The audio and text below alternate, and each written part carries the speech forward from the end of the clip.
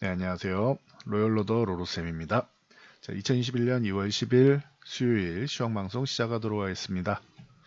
자, 오늘 2월 옵션 만기일이었습니다. 그리고 내일 이제 설 연휴가 시작되죠. 그래서 오늘은 간단하게만 올려드릴게요. 자, 오늘 뭐 간단히 체크하면은 뭐 다우지수 같은 경우는 이제 뭐 사상 최고가 살짝 달성하고 쉬어가는 모습으로 마감을 했습니다. 그래서 뭐 그냥 뭐 추세적으로 해서 뭐 양호한 흐름을 보였다 정도고 뭐 크게 뭐 강세는 아니었습니다. 그냥 뭐 보합권으로 마감을 했으니까요.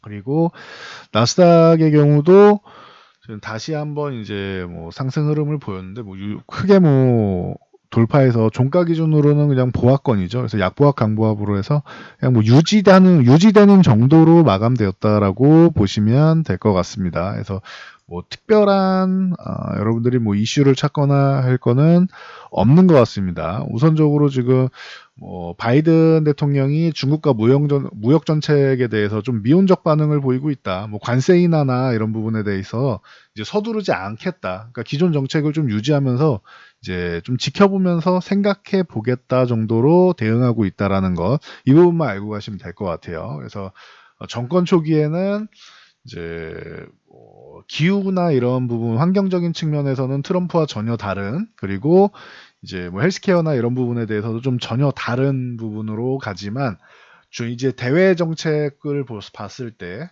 중국에 대해서는 여전히 뭐 제재를 그렇게 바로 풀지는 않을 것처럼 보입니다. 그러니까 참고 정도 하시고, 이제 댈러스 연은 총재가 이제 물가 상승률이 일시적으로 급격하게 뭐 오를 것으로 예상한다라는 얘기를 했는데, 이거는 뭐 두고 봐야 되는 거죠. 그래서 뭐 참고하시면 될 것 같습니다. 만약에 인플레 압력이 심화되면은 이제 금리 인상 얘기가 나올 수 있는데, 이거는 뭐 추후 얘기니까 아직까지는 크게 이제 신경 쓸 건 아닌 것 같습니다. 그리고 중국에서는 이제 뭐 미국에 대한 반응은 지금 조용하고 있고, 그리고 시진핑 쪽이 이제 향후 5년간 동유럽에서 이제 수입을 확대하겠다라고 얘기를 하고 있습니다. 그래서 뭐 이 정도까지만 보시면 될 것 같아요. 그래서 간단하게 짚어봤고요.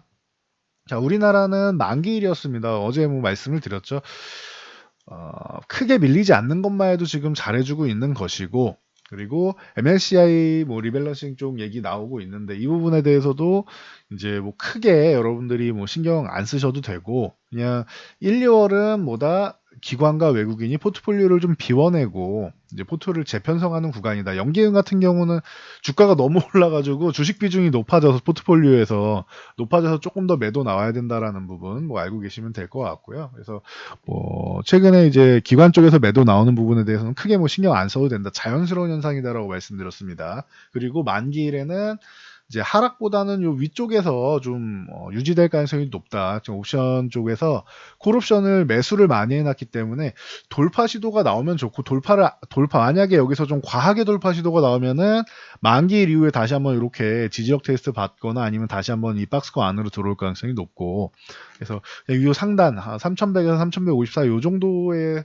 있으면은 그냥 적당한 것 같다라고 말씀드렸는데, 뭐 위쪽으로 조금 올라가기도 하고 아래쪽으로 내려가기도 했는데 변동성이 굉장히 작게 나오면서 그냥 뭐 3,100포인트로 적당하게 마감을 했습니다. 만약에 아래쪽으로 내려서 3,000포인트를 이탈한다라고 하면은 이건 만기일 이후에, 그러니까 연휴 이후에 다시 한번 위쪽 방향으로 갈 가능성이 높다라고 말씀을 드렸었죠. 근데 뭐 그런 이변은 나오지 않았습니다. 그냥 무난하게 옵션 포지션대로 그대로 좀 위쪽에서 마감을 했다라고 보시면 될 것 같아요. 그래서 이 정도까지 보시면 되고, 만기일 이후 이제 연휴가 이제 뭐 어떤 연휴에 어떤 일이 있느냐에 따라 좀 다르겠지만 큰 이슈가 없다라고 하면은 기존에도 말씀드렸듯이 한 2월 한 셋째 주 정도? 이 정도까지는 포트폴리오 변경 정도가 나올 수 있고, 이 이후에는 빠르면 뭐 다음 주 중순, 늦으면 뭐 그 이후에라도 이 시장은 다시 한번 뭐 정상화 과정을 찾을 거라고 봅니다. 여기서 조금 더 지연이 돼도 되고 하는데, 종목별로는 좀 움직이는 종목들이 좀 나올 수 있다. 그리고 중소형주들이 좀 쉬었는데, 중소형주 쪽에서는 이제 움직임이 좀 빠르면은 2월 안에, 늦어도 3월에는 움직임이 좀 나올 가능성이 있다라고 말씀드렸죠. 그래서 1000포인트를 한 차례 돌파 시도한 다음에 이제 뭐 살짝 뭐 쉬어가는 기간 조정을 받고 있는데 다시 한번 뭐 이번 달에도 다시 한번 돌파 시도는 충분히 나올 수 있습니다. 늦어도 다음 달이고요. 그래서 돌파 시도 나오고 만약에 돌파를 한다라고 하면 그때부터 이제 1000포인트 위에서 입지를 다지기 위한 이제 상승. 그래서 최근에 중소형주가 조금 지지부진하고 이제 좀 재미가 없었다라고 하신다라고 하면은 그런 종목을 보였다라고 하면은 괜찮습니다. 그 부분은 작년 10월까지 생각하시면 돼요. 작년 10월에서 11월 초 이때 언제예요? 미국 대선 때까지 과도한 수급 매도에 의해서 여러분들이 이제 조금 이제 좀 피곤해 하시고 지루해 하시고 계셨는데 이 부분이 해소가 되면서 다시 한번 이제 상승이 나올 겁니다라고 말씀드리고 11월부터 외국인 수급도 좋아지고 지수도 어마어마하게 좋아지면서 종목들도 살아났었죠. 그런 것처럼 최근에 지루했던 부분은 다시 보상받을 거라고 보고 있습니다. 그래서 그렇게까지 지금 뭐 우려감이 있거나 한 부분은 없다.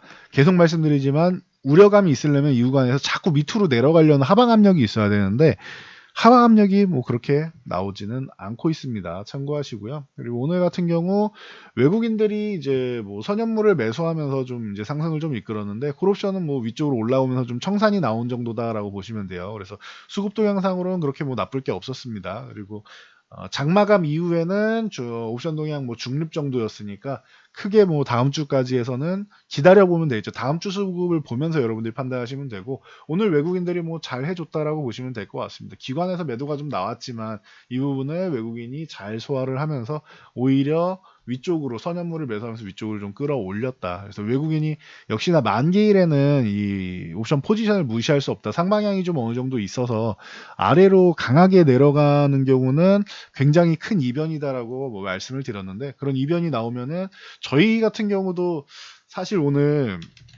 이제 장이 끝났으니까 말씀을 드리는데 저희 전략은 만약에 이게 3000포인트를 이탈하는 정도의 움직임이 나온다라고 하면은 그러면은 좀 매수를 하고 아니면은 그냥 뭐 그 다음 주로 매매를 미루는 전략이었는데 이런 이변은 나오지 않았어요. 만약에 3000포인트를 장중에 이탈한다, 특히 오전 중에 이탈한다라고 하면은 그러면 오후에는 회복되지 않을까라고 보고 있었고 마감은 이 근처에서 끝날 거라고 생각했기 때문에 그래서 이 상단 부근에서 끝날 거라 생각해서 그 정도 당일 매수해서 이제 당일도 이제 좀 수익을 좀 보면서 이제 오버해서 이제 넘기는 연휴를 넘어가는 방향을 생각했는데 그런 움직임은 나오지 않았습니다. 저희 전략은 밀려주면 그리고 안 밀려주면은 굳이 매매를 적극적으로 하지 않는다라는 전략이었는데 이제 장 끝났으니까 이제 말씀드릴 수 있겠죠.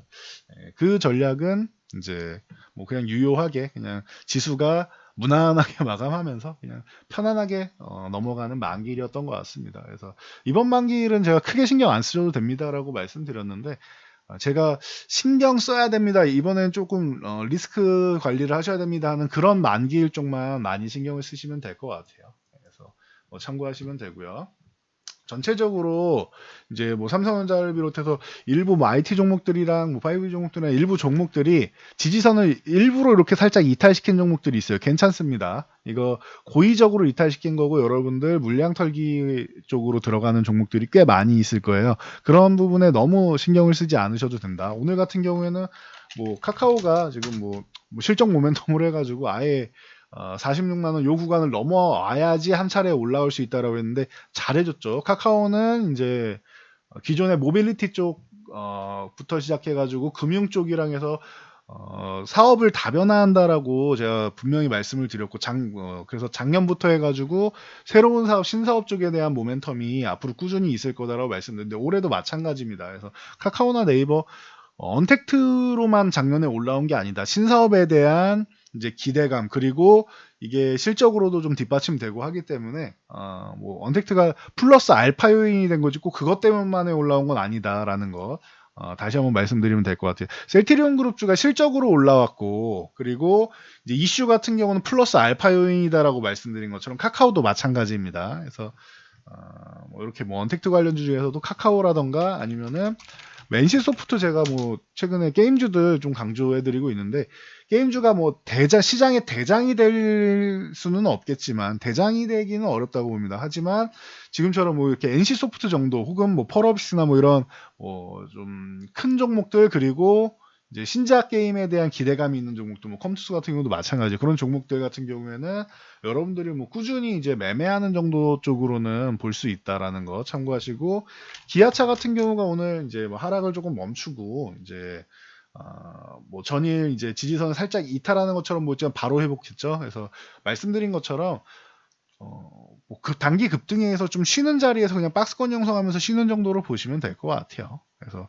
애플이랑 협상이 이제 중단됐다라고 해서 완벽하게 결렬되고 너네랑은 얘기도 안 해, 말도 안 섞을 거야, 절교야, 이런 게 아니라고 말씀드렸어요. 절교하는 게 아니라 잠깐 중단되고 언론에 너무 많이 노출되니까 서로 양사가 좀 부담을 갖기 때문에 이런 부분이 좀 쉬어가는 모습을 만들 필요도 있고 해서, 제가 지난주에 계속 말씀드린, 지난주 후반 들어가면서 이제 이 기아차 애플카 관련해 가지고 올라온 종목들은 조금 여러분들이 좀 차익 실현할 필요가 있다라고 꾸준히 말씀드렸었죠. 그래서 특별히 뭐 이 부분에 대해서는 여러분들이 좀 과도하게 생각할 필요는 없는 것 같습니다. 그냥 있는 그대로 받아들이시면 되지 않을까 싶어요. 그리고 화학주들 최근에 많이 말씀드렸는데, 롯데케미칼 같은 경우 이제 뭐 꾸준히 뭐 이게 원래는 대장인데 대한유화나 금호석유가 요즘엔 좀 더 좋은 모습을 보인다는데, 롯데케미칼도 여기 있을 종목이 아니다, 26만 원 이런 데는 감사한 구간이다라고 했는데 이미 벌써 29만 원 넘어왔죠. 그러면은 이제 다시 한번 위쪽으로 올라가기 위해서 양봉을 하나 세워줬고,